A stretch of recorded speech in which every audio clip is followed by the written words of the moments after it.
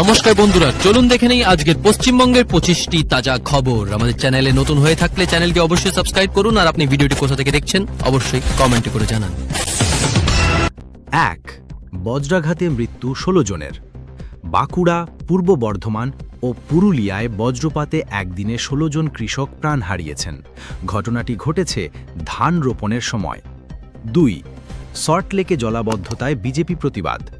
সল্টলেকে জমা জলে বিজেপি কর্মীরা অভিনব প্রতিবাদ করেছেন, রাস্তায় নেমে সাঁতার কেটেছেন।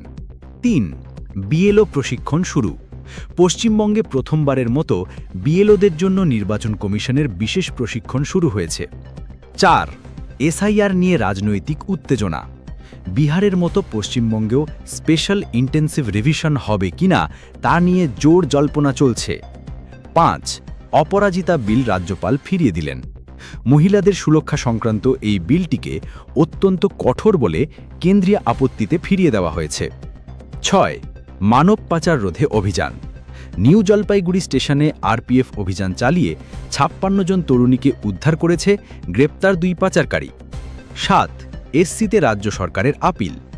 ওবিসি তালিকা থেকে 113টি গোষ্ঠী বাতিলের বিরুদ্ধে পশ্চিমবঙ্গ সরকার সুপ্রিম কোর্টে গেছে। 8. দৃষ্টি প্রতিবন্ধীদের ভোট সচেতনতা অভিযান। রাসবিহারী বিধানসভায় SVEEP কর্মসূচিতে দৃষ্টিহীন শিক্ষার্থীদেরও অংশগ্রহণ। 9.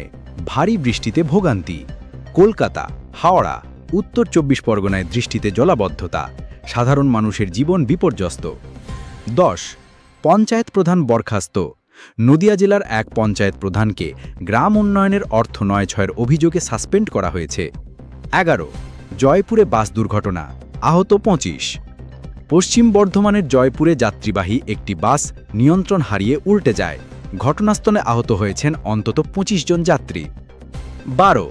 জল সংরক্ষণে নীল বাংলা প্রকল্প ঘোষণা।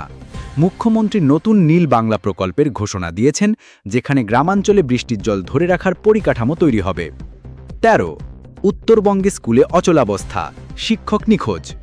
জলপাইগুড়ির এক সরকারি স্কুলে প্রধান শিক্ষক আচমকাই নিখোঁজ হয়ে যাওয়ায় ছাত্র শিক্ষকদের মধ্যে চাঞ্চল্য ছড়িয়েছে। 14. আইএসএফ রোড শোতে গণ্ডগোল, পুলিশের লাঠিচার্জ। হাওড়ায় আইএসএফের রাজনৈতিক মিছিল ঘিরে বচসা ও সংঘর্ষ, পরিস্থিতি নিয়ন্ত্রণে পুলিশ লাঠিচার্জ করেছে। 15. বিদ্যুৎ দপ্তরে দুর্নীতির অভিযোগ, তদন্তে ইওডব্লিউ। নতুন বিদ্যুৎ সংযোগ ও বিল সংশোধন নিয়ে অভিযোগ উঠেছে বড় ঘুষ চক্রের, তদন্তে নেমেছে ইকোনমিক্স অফেন্সেস উইং। 16. ডেঙ্গু আক্রান্তের সংখ্যা 600 ছাড়ালো।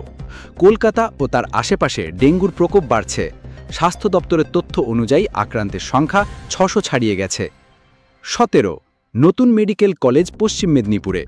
ঘোষণা হলো নতুন সরকারি মেডিকেল কলেজ মেদিনীপুরে 2026-এর মধ্যেই চালু করার লক্ষ্য। 18. ট্রেন লাইনে বোমা সদৃশ্য বস্তু, আতঙ্ক ছড়াল। মালদাহ স্টেশনের কাছে ট্রেন লাইনের ওপর সন্দেহভাজন বস্তু দেখতে পেয়ে রেল চলাচল সাময়িক বন্ধ থাকে, পরে নিষ্ক্রিয় ঘোষণা। 19. গোয়ালতোড়ে গরু পাচার রুখে দিল পুলিশ। গোয়ালতোড় থানা এলাকার বনপথে পাচারের সময় 3টি গরুসহ 2 পাচারকারী ধরা পড়েছে। 20. শিশু পাচার চক্র ভেঙে দেয় সিআইডি। উত্তর 24 পরগনার বসিরহাট এলাকায় অভিযান চালিয়ে সিআইডি শিশু পাচার চক্র ভেঙে দেয়, উদ্ধার 5টি শিশু। 21. টেট মামলায় 12 জনের জামিন খারিজ। প্রাথমিক শিক্ষক নিয়োগ দুর্নীতি মামলায় 12 অভিযুক্তের জামিন আবেদন খারিজ করেছে কলকাতা হাইকোর্ট। 22. ব্যারাকপুরে বাইক চুরির সিসিটিভি ভাইরাল। ব্যারাকপুরে এক ব্যক্তি রাতের অন্ধকারে বাইক চুরি করে পালিয়ে যায়, গোটা ঘটনাটি ধরা পড়েছে ক্যামেরায়। 23. কৃষক হাট চালু বাঁকুড়ায়। স্থানীয় কৃষকদের জন্য বাঁকুড়ার ওন্দায় চালু হল নতুন কৃষক হাট, যাতে ন্যায্য মূল্যে বিক্রি সম্ভব হয়। 24. কলকাতা বিমানবন্দরে সোনাসহ যাত্রী আটক। দুবাই থেকে ফেরা এক যাত্রীর ব্যাগ থেকে 2 কেজি সোনা উদ্ধার করেছে কাস্টমস, তদন্ত চলছে পাচার চক্রের দিকে। 25. এইমস কল্যাণীতে ফ্রি হেলথ ক্যাম্প। এইমস কল্যাণীতে 3 দিন ব্যাপী মূল্যহীন চক্ষু, ডায়াবেটিস ও হৃদরোগ সংক্রান্ত স্বাস্থ্য পরীক্ষা চলছে।